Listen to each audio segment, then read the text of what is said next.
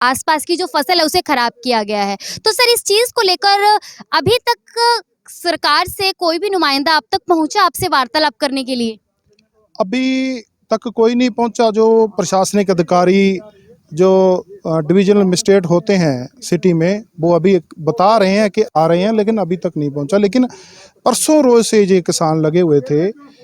कभी ज्ञापन देते हैं, कभी वहाँ पे जाके उनकी जेसीबी रोकने की कोशिश करते हैं, लेकिन 1200 से 1300 रैपिड एक्शन फोर्स के जवान और पुलिस के जवान मिलकर तो वो 200-300 किसानों को मतलब वहाँ से उठा के ले गए। उसके बाद गिरफ्तारियां हुई, वो सब कुछ चला। ये तो इस सरकार का रहता ही है, ये वार्तालाप नहीं करती। इसका बखूबी उदाहरण आपको मैं ये भी दे सकता हूँ।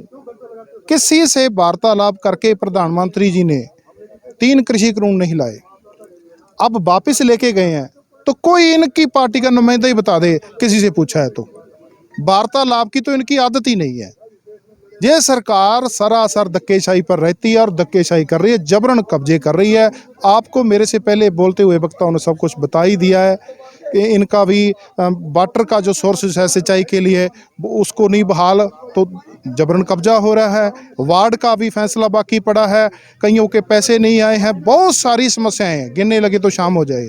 लेकिन इतनी समस्याओं के बावजूद भी ऐसे जबरन कब्जा करना वो ठीक नहीं लगा। और हमारे जो साथी है वो प्रशासन से हताश होकर टंकी पर चढ़ गए। जब हमें कॉल्स आई कि हमारे साथी हैं तो टंकी पर चढ़ गए, तो हमें उनका साथ देने के लिए जहां मजबूर न आना पड़ा है, और हम सभी उनका जब तक होगा साथ देंगे।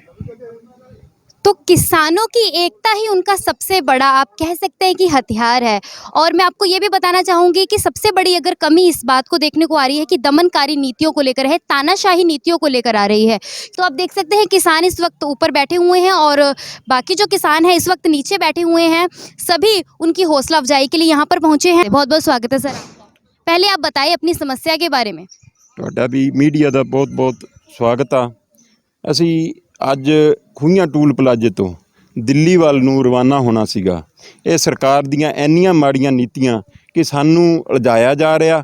ਪਹਿਲਾਂ ਦੇਖੋ ਸਾਨੂੰ ਮਾੜੇ ਬੀਜ ਦੇ ਕੇ ਉਲਝਾਇਆ ਗਿਆ ਅਤੇ ਸੁੰਡੀ ਦਾ ਜੋ ਸੀਗਾ ਗੁਲਾਬੀ ਸੁੰਡੀ ਦਾ ਉਹਦੇ ਵਿੱਚ ਸਾਡੀਆਂ ਫਸਲਾਂ ਨਸ਼ਟ ਹੋ ਗਈਆਂ। ਉਸ ਤੋਂ ਬਾਅਦ ਸਾਨੂੰ DAP ਰੇਹ ਦੇ ਵਿੱਚ ਉਲਝਾਇਆ ਗਿਆ ਤਾਂ ਕਿ ਕਿਸਾਨ ਦਿੱਲੀ ਨਾ ਪਹੁੰਚ ਸਕਣ। ਹੁਣ 26 ਤਰੀਕ ਨੂੰ ਜੋ ਅਸੀਂ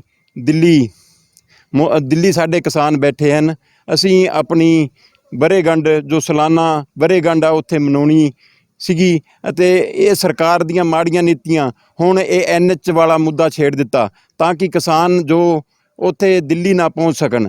ਪਰ ਜਿਹੜੇ ਸਾਡੇ ਸੂਰਮੇ ਕਿਸਾਨ ਵੀਰ ਜਿਨ੍ਹਾਂ ਨੇ ਜਾਣਾ ਸੀਗਾ ਉਹ ਅਸੀਂ ਰਵਾਨਾ ਕਰ ਚੁੱਕੇ ਹਾਂ। ਉਹ ਇੱਥੋਂ ਰਵਾਨਾ ਹੋ ਗਏ। ਸਾਡੀ ਜ਼ਿੰਮੇਵਾਰੀ ਇੱਥੇ ਲਾਈ ਗਈ ਆ ਜੋ ਰਕੇਸ਼ ਫਗੋੜੀਏ ਦੇ ਨਾਲ ਅਸੀਂ ਸਵੇਰ ਤੋਂ ਆਪਣੇ ਸਾਥੀ ਦੇ ਨਾਲ ਇੱਥੇ ਲਾਸਟ ਇਹੀ ਫੈਸਲਾ ਲਿਆ ਕਿ ਇਹ ਸਰਕਾਰ ਦੀਆਂ ਮਾੜੀਆਂ ਨੀਤੀਆਂ ਤੋਂ ਕਿਵੇਂ ਛੁਟਕਾਰਾ ਲਿਆ ਜਾ ਸਕਦਾ। ਕੱਲ੍ਹ ਠੀਕ ਹੈ ਸਾਨੂੰ ਪੈਸੇ ਮਿਲ ਗਏ, ਉਹ ਰਿਕੁਆਇਰ ਕਰ ਲੈਣ। ਜੋ ਧੱਕੇ ਦੇ ਨਾਲ ਹੁਣ ਕਿਸੇ ਦੀ 2 ਕਨਾਲਾਂ ਕਿਸੇ ਦੀ 4 ਕਨਾਲਾਂ ਜ਼ਮੀਨ ਰਿਕੁਆਇਰ ਕਰਦੇ, ਅਸੀਂ ਰਿਕੁਆਇਰ ਨਹੀਂ ਕਰਨ ਦੇਵਾਂਗੇ। ਅਤੇ ਜੋ ਨਲਕੂਪ ਅਤੇ ਪੇੜ ਪੌਦੇ ਅਤੇ ਜੋ ਮਕਾਨ ਢਾਣੀਆਂ ਆਈਆਂ ਉਹਦਾ ਹਜੇ ਤੱਕ ਸਾਨੂੰ ਕੁਛ ਨਹੀਂ ਦਿੱਤਾ ਗਿਆ। ਜਿੰਨਾ ਚਿਰ ਸਾਡੇ ਕੋਲ ਉਹਦੀ ਕੋਈ ਪੇਮੈਂਟ ਨਹੀਂ ਹੁੰਦੀ ਉਹਨਾਂ ਚਿਰ ਅਸੀਂ ਉਹਨਾਂ ਦਾ ਕਬਜ਼ਾ नहीं लैंड देवांगे। धन्यवाद जी। भारतीय किसान यूनियन से भी किसान यहाँ पर पहुँचे हैं, उनसे भी बातचीत कर लेते हैं।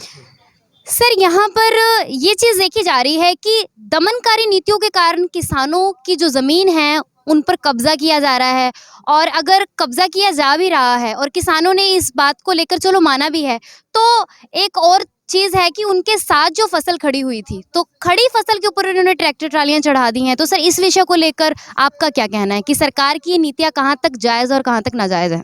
देखिए पिछले 1.5 से इस जो रोड है 754 की नेशनल हाईवे जे सरकार कंटिन्यू इसमें लगी हुई थी प्रक्रिया पे। तो अब लगातार यहाँ पे हमारे दयाराम जी हैं, रकेश गौड़िया जी हैं, यहाँ के 9 गांव हैं, चौटाला गांव से लेके जोगियाड़ा गांव तक ये रोड क्रॉस होना था। पीछे राजस्थान पे भी सपोर्ट करके आए थे जब राजस्थान से क्रॉस कर रहे थे ये।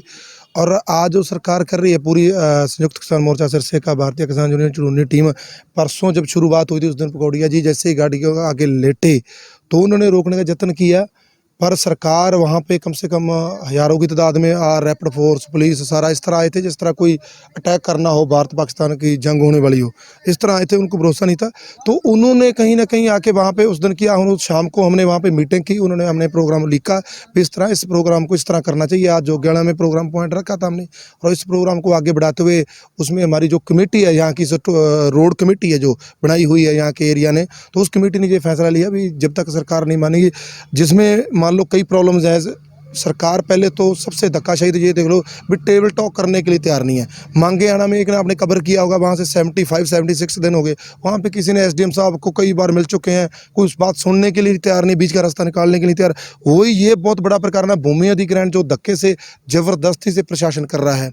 देखिए इसमें ना तो किसी का रास्ता दे रहे हैं, ना किसी को ये बता रहे हैं भी पानी क्रॉस कैसे होगा, ना ज़बरदस्ती जो मान लो जितना रिक्वायर करना है उससे कहीं ज़्यादा रिक्वायर कर रहे हैं। और ये रिक्वायर करना था तो कुछ दिन पहले जब उन्होंने फसल मान लो काट ली थी तब कर सकते थे। अब खड़ी फसल में सरसों बोई हुई है और फसलें बो रखी हैं, जैसे कणक की बिजाई हो चुकी है, तो वो बीच में अगर उसका कौन देगा। अब मान लो बीज पे भी खर्चा हुआ है और साथ में मान लो पानी पे खर्चा, सारे बहुत अगर जोड़ोगे तो बहुत खर्चा है। तो इस बात को सुनने के लिए कोई भी तैयार नहीं है। और आज मजबूरी में हमारी टीम ने ये फैसला लिया है भी वहाँ पे बैठ के ऊपर जब तक ये मांगे मानेंगे नहीं, टेबल टॉक बैठ के कमेटी के साथ नहीं करेंगे, तब तक इस संघर्ष को इसी तरह जारी रखेंगे। तो सबसे बड़ी समस्या इसी बात को लेकर आ रही है कि टेबल टॉक नहीं की जा रही है, वार्तालाप नहीं किया जा रहा है, और सारा अगर इस समस्या को उत्पन्न करने का अगर हम पूरा श्रेय दें तो इसी बात को है कि वार्तालाप नहीं किया जा रहा है, किसानों से उनकी समस्याओं के बारे में नहीं जाना जा रहा है। तो आप देख सकते हैं कुछ महिलाएं भी यहाँ पर मौजूद हैं, हम उनसे बातचीत कर लेते हैं कि क्योंकि सबसे बड़ा अगर सहयोग रहा है वो है नारी शक्ति का। तो इस वक्त हमारे साथ नारियां हैं जो यहाँ पर समर्थन करने के लिए पहुंची हैं, तो उनसे भी बातचीत कर लेते हैं। बहुत बहुत स्वागत है मैम। हाँ जी मैम, शुरुआत से ही आप इसी तरह से किसान आंदोलन के साथ जुड़ी हुई हैं, और इस वक्त भी जो भारतमाला हाईवे को लेकर किसानों के बीच में जो रोष है, उनकी मांगों को नहीं माना जा रहा है, तो आज यहाँ पर आप उनके समर्थन के लिए पहुंची है। तो मैम, आप किस तरह से लेती हैं कि सरकार की जो ये नीति है कहाँ तक सही और कहाँ तक गलत है? ऐसे है जी, जो भारतमाला सड़क निकली हुई है, तो जो ऐसे अब बता रहे हैं कि किसी को तो किले का 85 लाख, किसी को 45 लाख दे दिया किले का, तो सरकार ने ये 2 रखने कैसे बनाए? ये मतलब सरकार ने एक साथ सभी को समझना था। तो हमें तो ये अच्छा नहीं लगा कि सरकार ने 2 रखने बना दिए। और ये किसान जो आज बैठे हैं तो इनको शौक तो नहीं है ना बैठने का, ये दुखी हैं, तो ये दुखी जैसे यहाँ पे बैठे हैं।